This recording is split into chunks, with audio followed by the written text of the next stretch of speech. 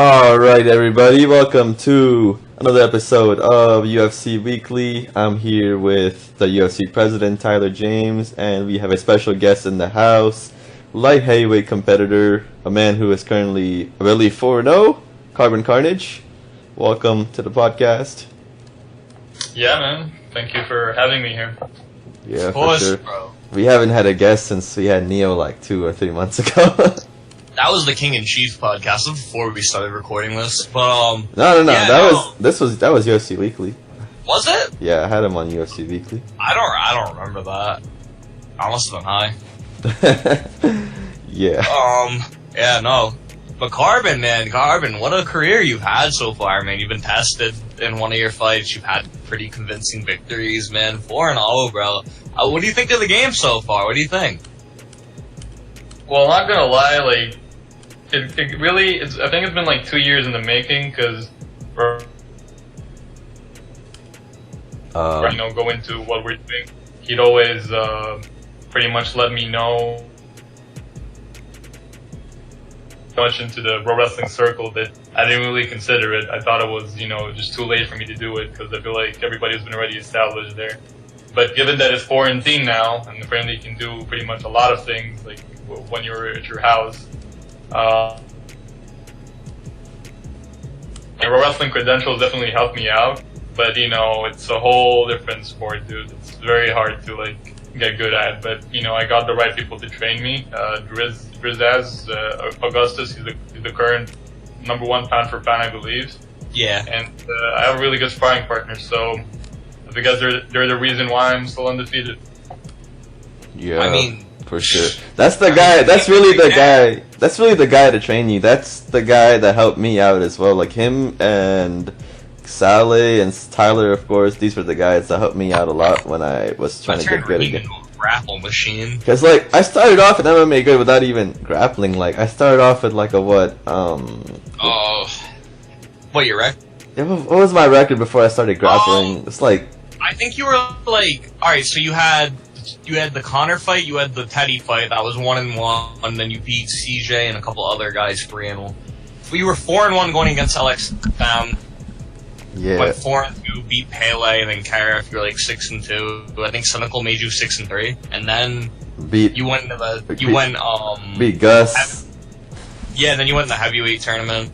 So I was 10-3 or 10-4 by the time. Yeah, I'd say 10-3 before I started training you. Yeah, which is pretty impressive still, 10-3, and then now my record's 26-1, which is crazy, man. 26-1? 20, yeah, I'm 26-1. Oh! 26-1.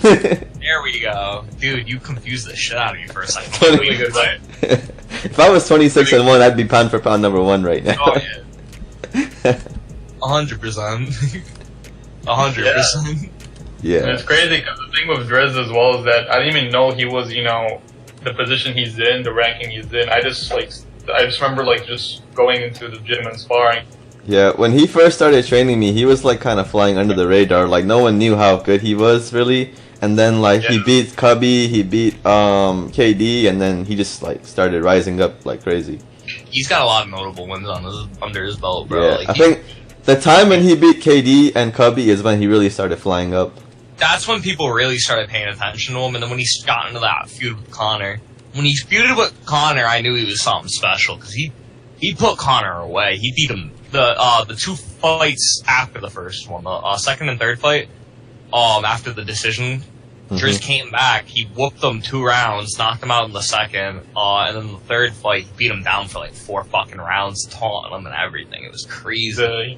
And it's and you know what's crazy is it goes to show how good Driz is, because he moves up to heavyweight, Brian Long from Conor McGregor, same dude, but he moves up to heavyweight as Brian Long, and he wins the heavyweight title. So it's it just goes to show how good Driz is, bro. It's not that Brian's bad. Brian's a fucking world champion outside of that division. It's to show that Driz is that fucking ahead of everybody. And yeah, sure, he's been shown that he's human, he can be beaten, but he makes up for those mistakes in every fight. He gets better. Yeah, and aside from being a good fighter as well, the dude is a really good trainer. You need to remember, he's responsible for guys like Saleh, for example, doing really good. Oh yeah, man. When him and Sally went at it, I was excited. When we first booked that fight for the first time, I was really excited. I knew that was going to be a war. It was a 5-round war, bro. They couldn't finish each other in either one of those fights. They fought each other, just won both. But yeah, man, they were close fights. They were really close fights. Yeah. But yeah. But yeah, I want to talk about one of your fights though. Recently, you fought it wasn't this past fight. I think it was 2 fights ago. You fought Russ Slayer. Yeah, I fought Russ right before the UFC 20 fight. Yeah, man. How are you feeling about that fight, bro? Because I saw you have a little bit of difficulties with him. I know he's a veteran and everything, which is why we put him up against you. Want to see how you were gonna do, but you struggled a little bit. Yeah, no. So the way like it happened is that I basically was already like in really good. I don't know if shape is the right word for like the context that we're in, but yeah, I was in really good shape, and I was ready. I had a really good game plan, but it's one of those things where I'm still fresh, I'm still new, and adrenaline got to me, so I just rushed the guy thinking I'd get like a first round knockout and like impress you and the rest of the people. Ended up getting my ass handed to me the first like round and second round as well. Bro. And I was probably gonna lose decisions as well if I had. Yeah, man. You know what it is, man. When you really, you know what it is. When you really try to impress people, is when you really start doing worse. If you just focus on yourself, if you just focus on your game, that is when you'll be the best. If you're under pressure, you're just not gonna do as well as you can. I feel like you needed to do. You felt like you had to exceed your standards of your last 2 fights, and it was because it was a veteran. You had to do really good. It's like whenever my ego gets inflated, that's when I do the worst. When I go into a fight just like humble and like unconfident, it's when I do the better. It's crazy. You need to remember, like by the time like before I fought Russ, everybody was telling me, "Oh no, Russ is very easy. You're gonna go through him the first round." So that also feeds into your ego, right? So I stepped into the cage like, I'm gonna like get a 10-second knockout, bro. I'm gonna break some records today. But I ended up getting humbled, and you know what? I'm happy it happened now rather than later, like when the stakes are higher. Yeah. Yeah. Well, that's what happened to Raheem. That's exactly. If you want a good example of that, look at Raheem. Raheem got really fucking humbled by LXM. He went into that fight. I remember this dude was cocky as hell that he was gonna get that first round knockout. He got put out, and it was like, oh, what the? Because I didn't see what was so special until I actually got in the cage. I'm like, dude, this guy actually knows his shit. You're glad you got that one back, though. That's the one that really solidified me in my mind. And like everyone who came to watch me there knows how good I am because of that fight. That first fight, man, you got embarrassed in front of a crowd of people. I remember. Yeah, that was a 50 out of 50 main event. That was one of the first main events that had 50 out of 50 there, the whole show. Yeah, that was a big card. Unstable Ken fought. UFC 5, yeah, that was his debut. Unstable Ken fought and got torched that card too. So Brock and Neo was that card. That was a good card. Yup. That was a really good card. That was probably one of like the really. That's back in the UFC when we wouldn't put on that many fight nights. We put on big pay-per-views though. We'd have really big pay-per-views back in 2018 because we didn't have enough talent to be able to do weekly fight nights. So I said, "Fuck it, I'm gonna make the main card all these title fights, and then the prelims are gonna be all these 3-round bangers that everyone's just gonna want to watch the whole show." Speaking of fights. Tyler's been working his ass off the past like 3 or 4 days. He's booked so many fights. He's signed so many fucking people. I think 3-4 days. I think I've signed at least like 20 new people. I've booked like 40, almost 50 fights. I think I've written down over 80 fights. I think like there's still 30 fights on it now. Because like the sign-up sheets that I upload, they get like 50 to 70 responses every time. So like that's a lot of people to pick out of. Yeah, man. There's a lot of people signing up. There's a lot of people that want to fight, and I love it. I love it. That's what I love. I want people to tell me that they want to fight. I want people to want to fight actively. I want them to want to fight often. Because what happens is some of our active guys start getting inactive, and we gotta get new guys to step in and fill our division. So it really is how it is. I also gotta like really give props to Raheem as well, because I ain't gonna lie, he's probably like, although he's the one that told me to come here essentially, I was very, impressed by how, like, I think that time in Pro Wrestling he wasn't doing as well, but the way he was like also doing really well in UFC at the same time was like fucking impressive, and I was like, damn, it's for genres he can really go. So I was like, so essentially when I stopped like Pro Wrestling seriously, I was like, you know what, let me try doing that as well. Because, I can only dream having a record like as good as Raheem's. Was it something like the fact of like you would feel a little incomplete if you didn't come over here and you just retired and stayed retired, or is it just like it's just something you want to try? I ain't gonna lie, dude. I'm a huge UFC fan, dude. I've been watching UFC for the longest time. Like, obviously, it's very late. Yeah. Watch the pirated versions, or if I manage to get like a fight pass, I get a fight pass and I watch it. I've always been a UFC fan, and the closest thing I could get to it is probably like what you're doing right now. Like, you're doing a phenomenal job. I didn't expect it to be as good as it sounded because dude, neither did I. Neither did I. It's fucking crazy, dude. Like, I'm so hyped and dedicated towards it, and and plus, like, another factor is that I think if it wasn't for quarantine, I probably wouldn't be as motivated to do it. Yeah. Yeah, quarantine made me actually like try to get a new PC and actually try to start like being active again. I mean, I've had a setback recently because of my PC not being what I expected it to be, but in like 3 or 4 weeks, I should be ready to like get into the cage again. Wrestle regularly again. So yeah, it's exciting, man. This is a bad time for the world, but for us online to try to relaunch our careers, I mean, it's good. I mean, for us, it's like, I look at it like this. This is the best time for UFC because of the fact that we're one of the few things that got progressively more active while this went on. And I'm not saying that's a good or a bad thing. That's a double-edged sword, obviously. But we progressively are putting on more events, more shows, and the higher the stakes get when it comes to cards and shit, like recently, it's just like the output of fights have been really good. I've been really happy with how people have been performing. They've been fighting their asses off, bro. There's not a single fight where I've looked at it and go, that guy didn't put it his all in, besides one that happened this weekend, which was Volkov. Volkov's performance pissed me off against Brian Long. He ran away from him. That was the definition of running away in a fight. Yeah. If you want me to tell you what running away in a fight is, go watch Brian Long versus Alex Volkov. That's the one thing I want to say. Yeah. That pissed me off. There's like you defending yourself, and there's like not giving effort at all. That's like I don't like to slam people. I really don't. That's not something I like doing about their performances. But when you put in a performance on pay-per-view that bad, when it's a tournament for a title that you may never fight for at this point, because look at how far you dropped in the rankings, it's fuck, bro. And you just ran. Go out on your shield. If you're gonna go out on your shield.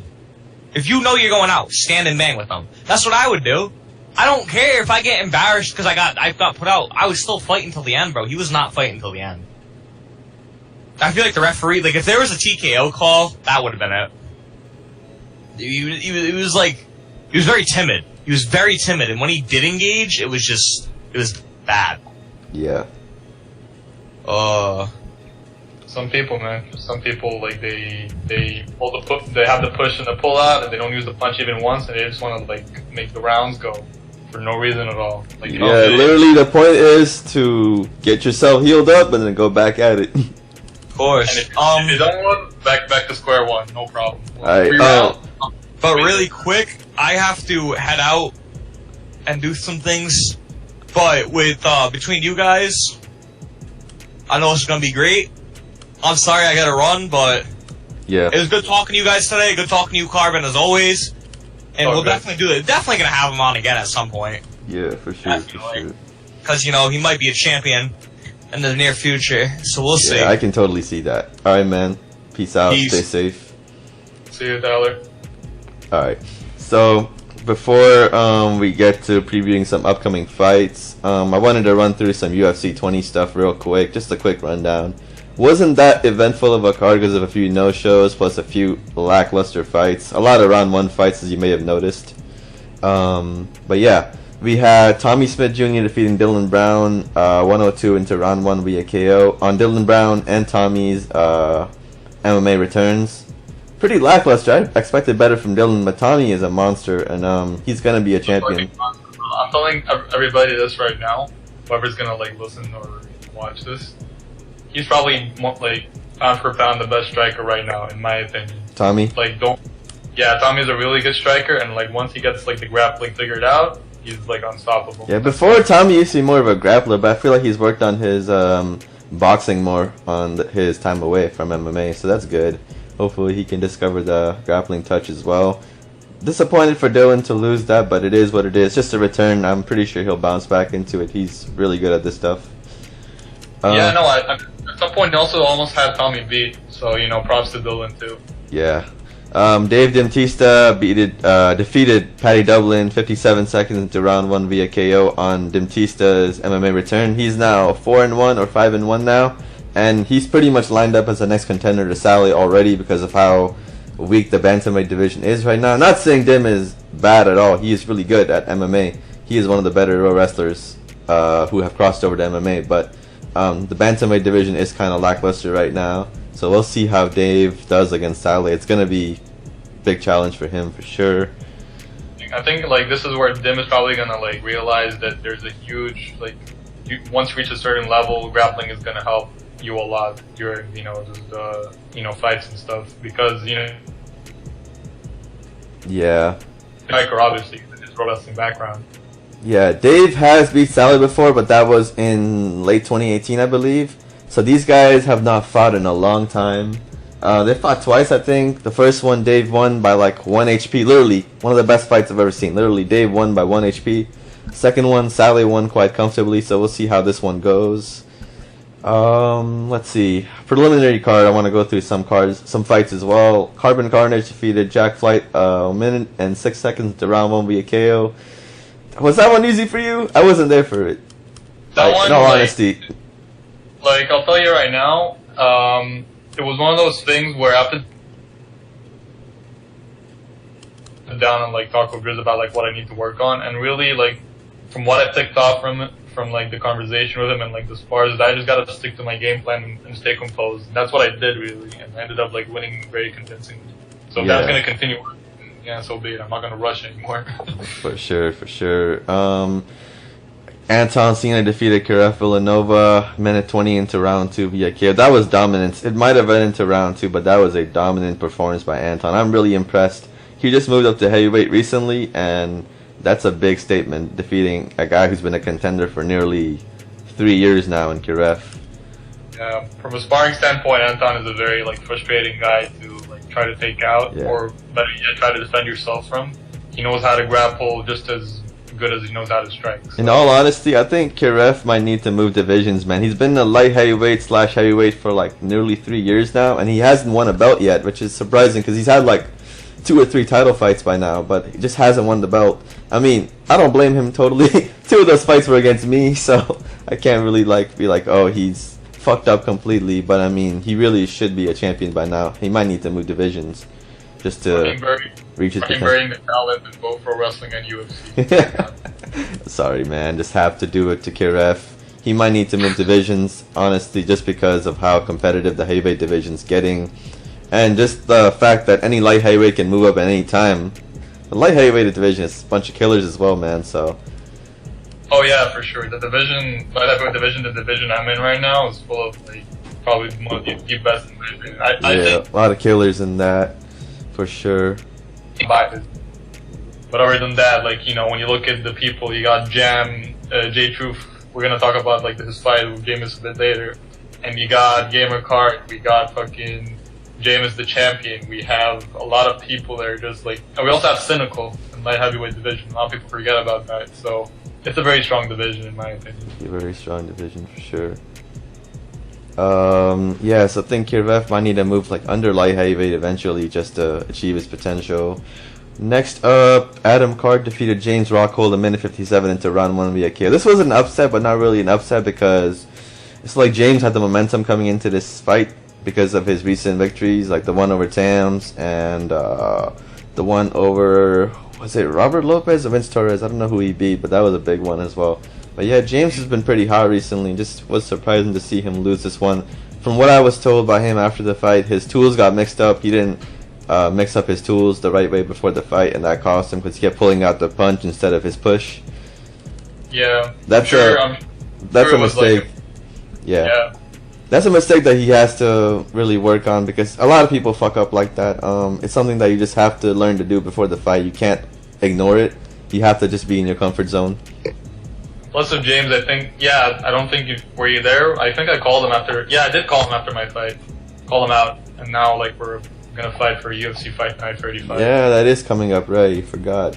You guys are going to be fighting soon. UFC 21, right? Or is it coming up on a fight night? It's on a Fight Night, UFC 35. We're main eventing. Fight night 35, yeah, that's dope. That's pretty good, man. For your first main event, it's gonna be dope. See, main card. Brian Log defeated Volkov. 56 seconds to round 2 via KO. As Tyler already talked about, kind of disappointing performance from Volkov. Jam Killings defeated Jameis 2 minutes and 3 seconds into round 1 via KO in the heavyweight tournament. How do you feel about that one? I said it before and I said it again. I think J2 should go for the title because I think he's going to take it off Jameis. Yeah, I think he actually might take it off him this time. He's got a little bit of momentum on him. Now, he had lost to Jameis once or twice before this fight, but now seems like he's figured him out. So we'll see if he can go for the light heavyweight strap afterwards. That's one that you should be keeping an eye on for sure, you know, for the future. Yeah, I know. I'm studying him, dude. He's a killer. I need to figure out how to run for the division. Bro, I'm scared to come back, man. There's so many killers out there. I'm gonna have to really readapt my game to this new generation. Because before I was fighting all these old school heavyweights, and now I gotta fight these new school guys who just have different methods. Yeah, dude. And plus, when you mix the striking and grappling together just right, and that's it. Yeah. Yeah, for sure. Merson Brown defeated James Irguin, minute 48 into round 4 via knockout. This was Let's go, my boy Merson. This was an annoying fight to ref, bro, because this dude James, he kept rushing Merson right as I would say fight. You know, he would start the fight ahead of the line, right? You know how you're supposed to be behind the line, that little line right there. He kept starting ahead of the line. He kept rushing Merson, so Merson was getting frustrated. So Irguin, he won the first 2 rounds, I believe, and then the 3rd round, I stepped in. I got Nurm out of the cage. I'm like, I'll ref this fight, and then I told James, yo, you got to start behind, or I'm just gonna have to reduce points. So he started behind from that point forwards, and then Merson just torched him for the next 2 rounds, and then knocked him out in the 4th, and that is what it is. It's a feel-good moment, though. I feel like Merson was really happy with that win as well. And then, yeah, Merson picked up the interim middleweight title with that victory, so let's see how far he can go with that. Let's see if he can claim his middleweight title back, the full one, in the near future. For sure. And Saleh defeated Purely 1 minute and 3 seconds to round 1. There's nothing I can say about this fight except this was a bit of a underwhelming main event. It wasn't supposed to be the main event because, you know, Driz and Apple were supposed to main event until Apple no-showed, but just to fill in and put up that kind of performance, kind of disappointed that Purely didn't do better here, but hey, Saleh's a monster. Saleh is a monster, and I'm gonna give props to Purely as well. He owned up to that loss, and the first thing he did, I've seen him at the gym, sparring heavily with a lot of people, and he just wants to get better. And, that's a champ mentality, in my opinion. The way you can pick yourself back up from a loss like that.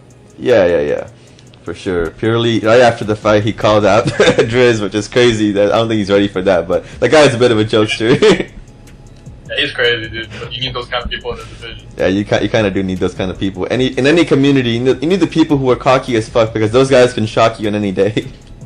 Who are crazy as well, bro. The crazy ones are the ones that generate money somehow. I don't know how. In real life UFC, that's actually how it works as well. Yeah. Crazy ones.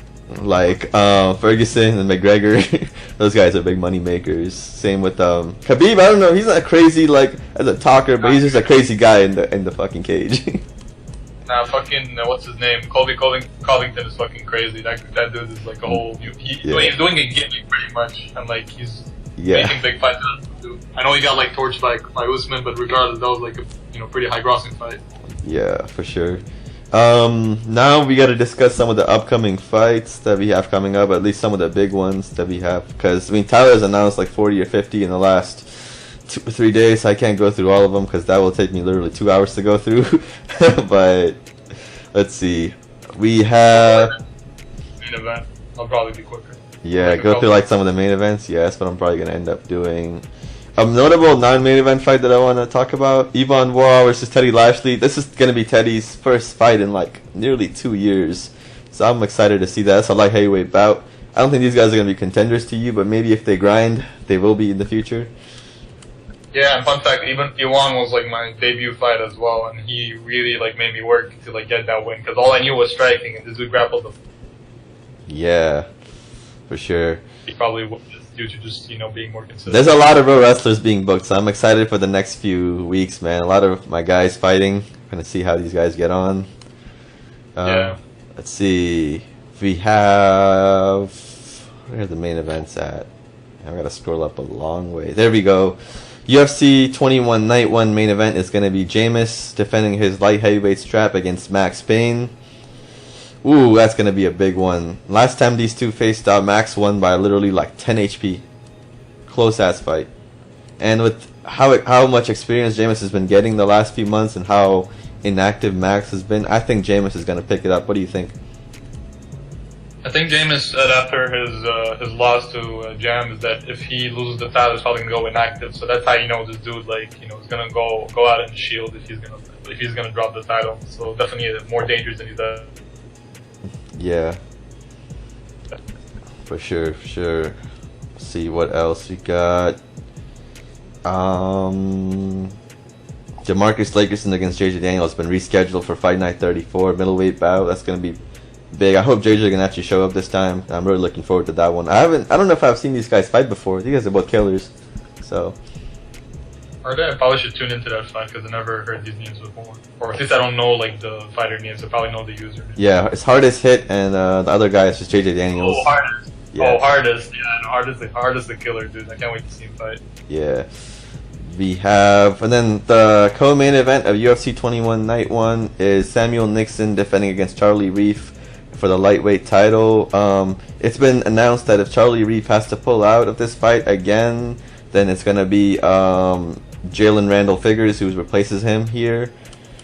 This is a weird one. I really don't know why this is a co-main event because of the names involved, but I do get it because it's a title fight, sort of. So, what do you think? I think it's more of a motive as well. Like, hey, you're the co-main event. That means like you're kind of a big deal. How about you show up this time?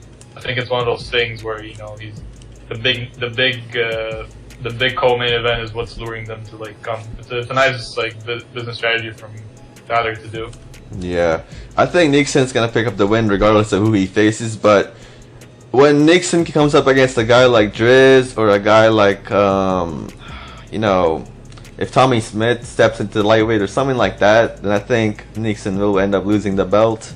But for now, I think he will keep his strap.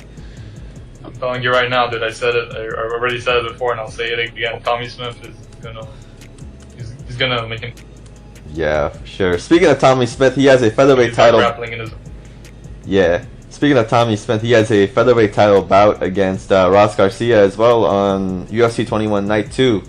What do you think about that one? You think he's gonna pick up the strap this early? I'm not gonna talk about like my spars with them because I sparred with them a lot in the gyms, but I'm gonna say that it's going to be a very close fight. Like one person is good at something and one person is good at a whole other thing. So it's gonna be like interesting to see how these two like combine. We could like it's one of those fight. Like here's the thing with Tommy, he could like green HP you if you want. Yeah. End up like losing a really close fight. That's the scary thing about Tommy. So with Tommy, it's just all about timing, really. And with Ross Garcia, I know that his circumstances right now is like an old computer, isn't making him like as good as he previously was, or at least what he's told me he was, apparently. But like I think that his grappling is just next level. I think he's basically a brawler. He mixes the two. When he's grappling you, he's like beating you down as well, the ground and pound style. That's a very underrated style, and he does it probably the best out of everyone. Yeah, for sure. I think, man, this is a tough one to predict. I think Tommy's gonna win, man. Ross has been impressive, but I just feel like Tommy's really motivated right now. He's been training his ass off the whole time he's been suspended, so I think he's gonna end up picking up the title this time. For sure. The hard work that Tommy has put in, like, it only makes sense that he wins convincingly. But then again, this is Ross Garcia we're talking about. He ain't no spring chicken either. Yeah, he's a killer, yeah. He's a killer, dude. A lot of killers in every division lately, dude. I'm kind of happy to be around. Every division's heating up beside flyweight. Even flyweight isn't that bad. Like, these flyweights are actually making a name for themselves, too. Yeah, no, Flame's dominating the flyweights, dude. Flame like figured out this formula that works for like, you know, his like own platform, and like he can just fucking dominate. Like I struggle against him, and I'm using a computer, so and so that's pretty scary to think. You know, what if I sparred this dude using the same console he's using, which is I'm pretty sure an iPad or a tablet. Yeah, something. We also have Dave Dimtista challenging for the bantamweight title against the current champion Sally Tisega. I think Sally is gonna win convincingly. I don't think Dave's ready yet. He's gonna be a huge contender for that belt in the future, but for now, so early into his return, I don't think he's gonna knock off Sally. Yeah, no, I think Sally's gonna win pretty convincingly too. That guy is just, you know, everything about him is so unorthodox. Like from what I've seen and what I've like, you know, seen from the spars and seen from like his fights, he's good. Like his game plan is just so unbeatable right now. I don't see Dentista going through this unless like, you know, Sally trips out or, you know, isn't following the game plan. That's the only way I see him losing. Other than that, it's a no for me, Chief. Yeah, sure. That one for sure. I think Sally is going to pick up. Let's see what else we got here. Shit, notifications keep popping up. God damn it! I hate Roblox. I don't know what it's called. The Roblox like add-on, which fucking pops up notifications and shit. So annoying. Oh wait, there's an add-on for that? No, good thing I don't have it, dude. What's that? Yeah, I'm pretty sure there is. Friend request every fucking minute. What else we got? I think I scrolled up too far here.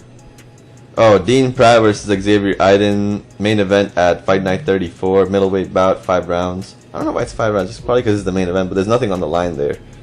I don't know much about these guys, except Dean. I think Dean is going to pick up the win here.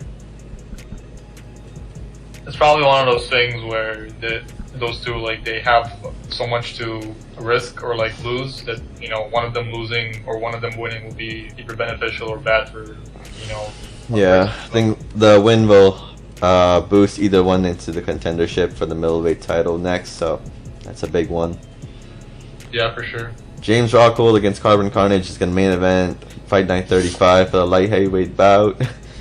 Ooh, yeah. I'm so excited for this one, dude. I can't wait. I really can't wait. Here's what I'm doing, right? Here's my plan for, like, you know, people that are questioning why I've been, like, sparring a lot in the gym and getting better. I'm trying to, like, clear out the competition in my division, and I mean everybody. Everybody can, you know, catch these hands, dude.